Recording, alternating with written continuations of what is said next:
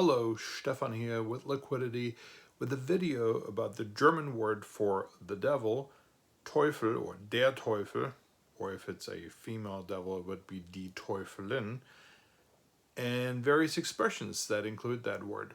Liquidity. Early example of that word, of the German word Teufel, just spelled differently and pronounced a little bit differently, go back as early as the German language was recorded. So the first known example would be in the 8th century, which is really early for German, in Old High German, and back then it would be Teufel. Obviously, the German word Teufel is related to the English word devil and also to the Dutch word duvel, especially in the older forms you can see the relationship between those. By the way, there is a really good Belgian beer called duvel, so if you ever have a chance trying that, it's devilishly good. And this would be Flemish, by the way, not Dutch per se, but Flemish, which is very close to Dutch. The Germanic words devil, duvel, or Teufel seem to be coming from early Greek, from diabolos.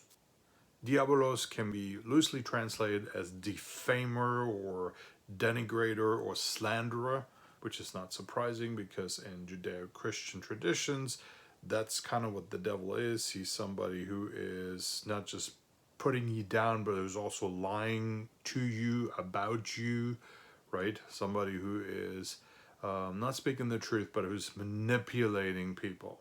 German has many expressions similar to English that include the word the devil or der Teufel. So probably the most common one or the most popular one that's even used today would be da ist der Teufel los.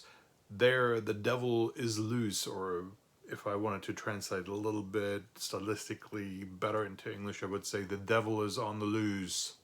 Da ist der Teufel los usually means that a lot of bad things are happening or things are getting out of control, kind of. It can also just mean there's just a lot of stuff going on and things are getting a little bit overwhelming. But usually there's that negative connotation, some really bad things happening. Things that shouldn't be happening. It's just chaos, basically. Here's another really common one.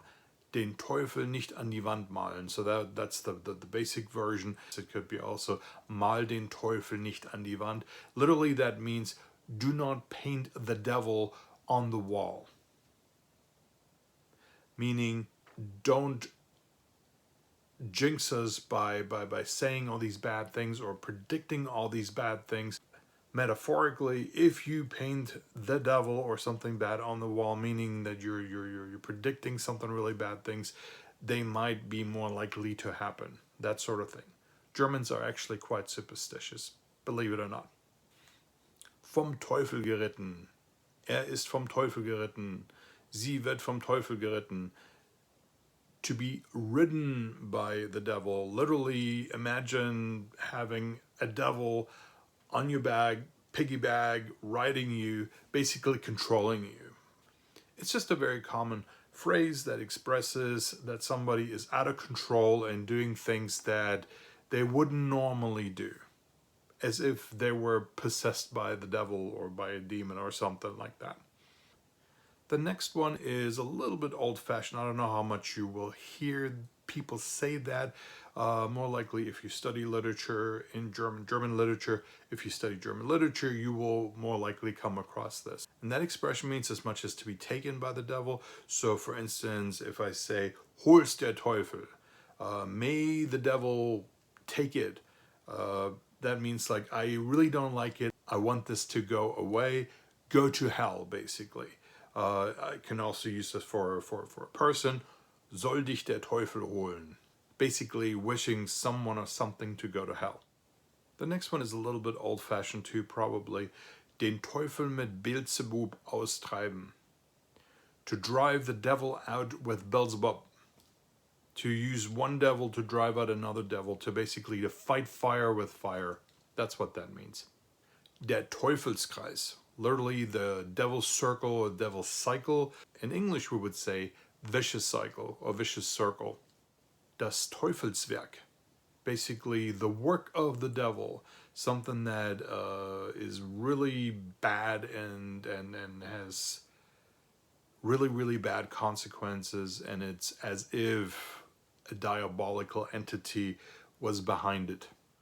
Die Teufelsmesse, that would be a satanic mass, basically. There are plenty more expressions that have Teufel in it. So usually you have that S in there, which is the genitive S. In English, we also have that too in some words, like for instance, the word whose. The possessive pronoun whose has that S still in it, right? Instead of apostrophe S. So that just glues two nouns together. Armer Teufel literally means poor devil. In English, we kind of use that too. It doesn't mean that somebody's a mean or evil person. It's more like someone is almost like cast out and pushed aside by the society, ostracized, and that person's really got a bad lot in life. Das weiß der Teufel. Only the devil knows. Devil knows. Basically, no one really knows. Maybe the devil knows, right? The adjective teuflisch means just devilish. That one usually is used in a very serious sense. I have never seen people actually use that in a joking or in a lighthearted or in a cynical sense. Really, it's more like, you know, people who do really, really bad things to other humans or to animals, you know, so something really mean, manipulative, and very, very hurtful. In this day and age, it seems like we have many devilish people, many devil-ridden people. We don't need actual demons to mess up the world for us. We're perfectly capable of doing that for ourselves, we human beings. So here were just a couple of expressions to be used. I hope you enjoyed this video. If you did, give it a like. Check out my other videos. If you like those, subscribe to my channel. See you in the next video. Bye. Tschüss.